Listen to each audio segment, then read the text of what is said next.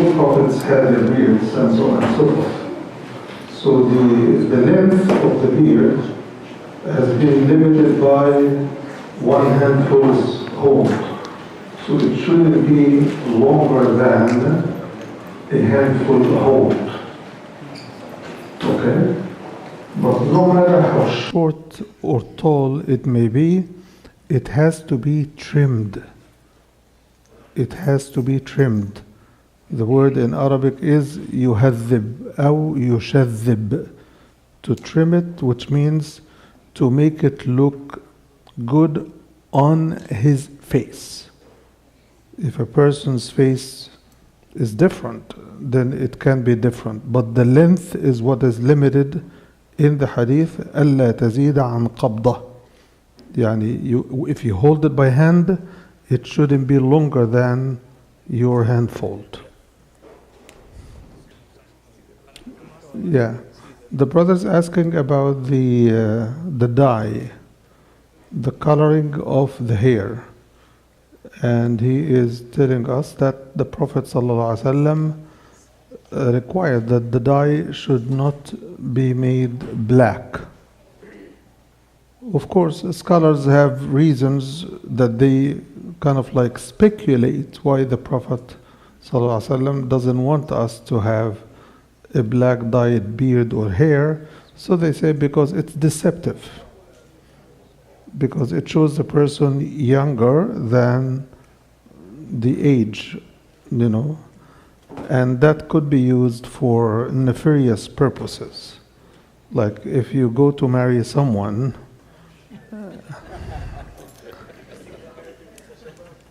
or she comes to marry you, and she asks you, how old are you? You say 39, and it is actually 59. So the dye of the hair, or the hair of the head or the beard, should not be made of a dark, like black color. It can be made of other colors. Definitely don't use blue, because it's... Huh? Yes. The brother is saying that he is not of a marrying age. I'm not gonna comment on this one. But I can tell you that people marry until they die. No, you made a comment, I wanted to clarify, that there is no such a thing as I'm not at the age of marriage. That's the point. So what's your question? My question is, you didn't say that when somebody goes to marriage... I just use it as an example.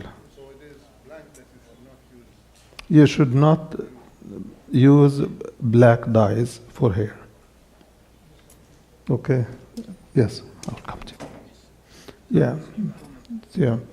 The question is about quoting statements from the Quran. What is appropriate and what's not, right?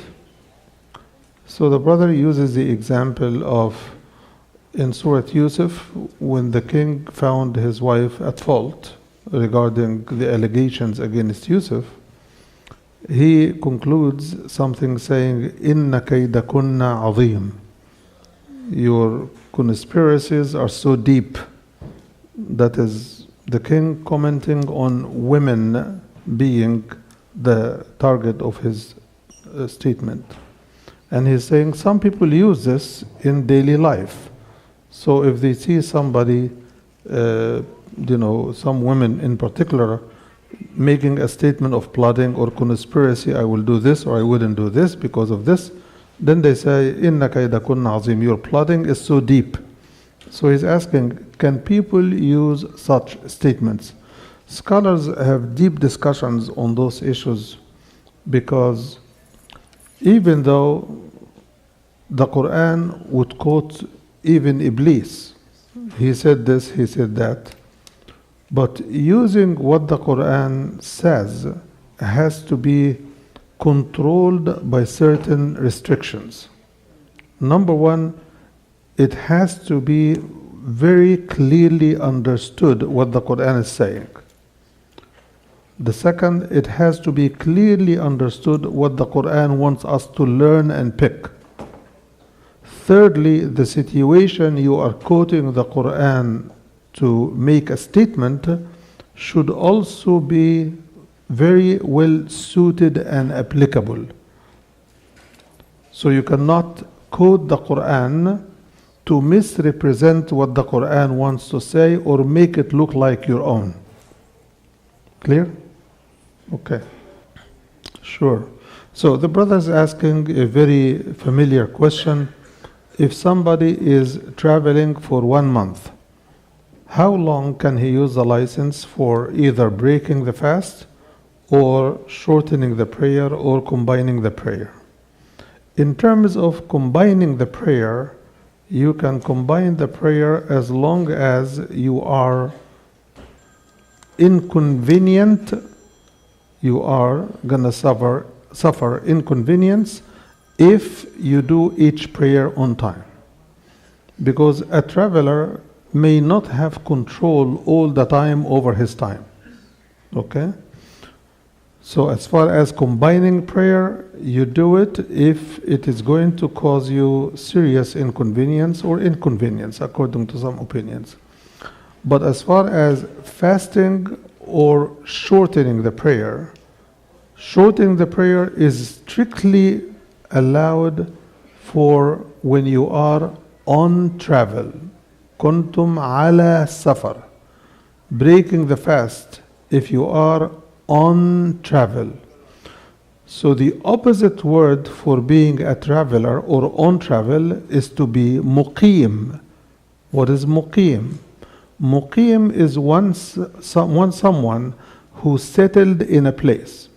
He knows where he's going to take his dinner, where he's going to take his breakfast, where is he going to be at that time. He has stable schedule or known places to fulfill his basic needs. So he knows where the bathroom is, he knows where the food is, he knows where the water is. That becomes, if those are accessible and available to him all the time, he moves from the state of travel into the state of iqama, which is a settled person.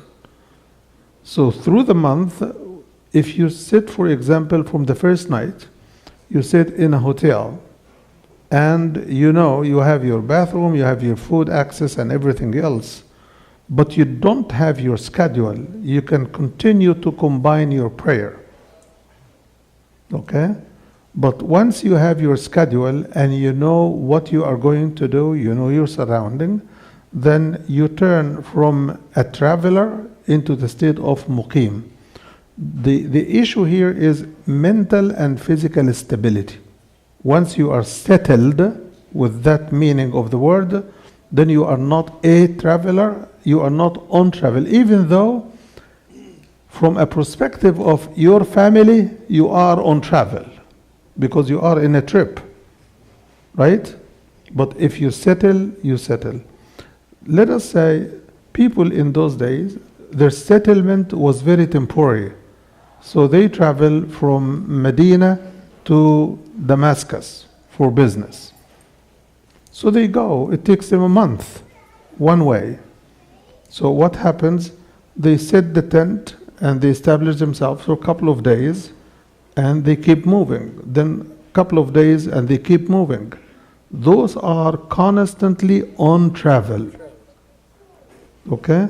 But if you take a flight from Medina to Damascus for 1 hour and 40 minutes, then you land, you get to your hotel, you settle your stuff, you have access to all of your basic needs, your state moves from a traveler to a settled person.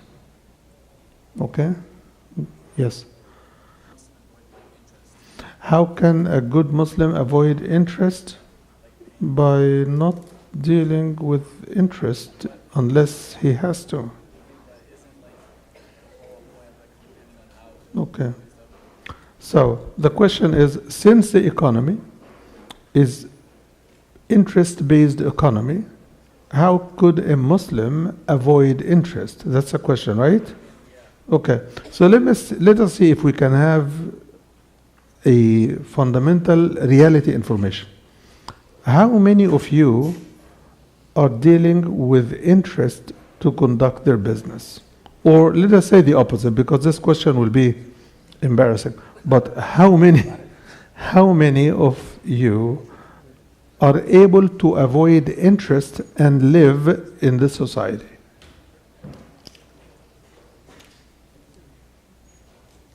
I need to see all hands, please.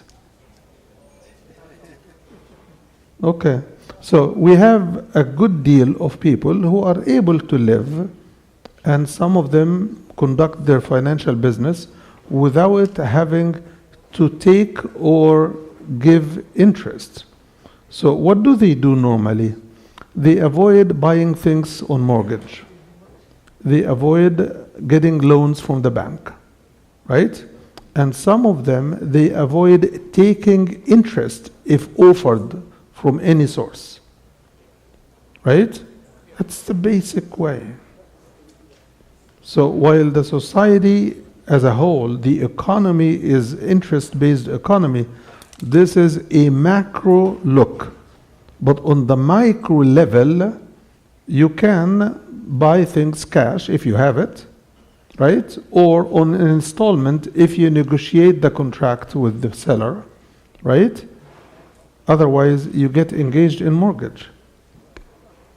So the reason I ask it is to just show you that some people are doing it, so it's not unrealistic, yes.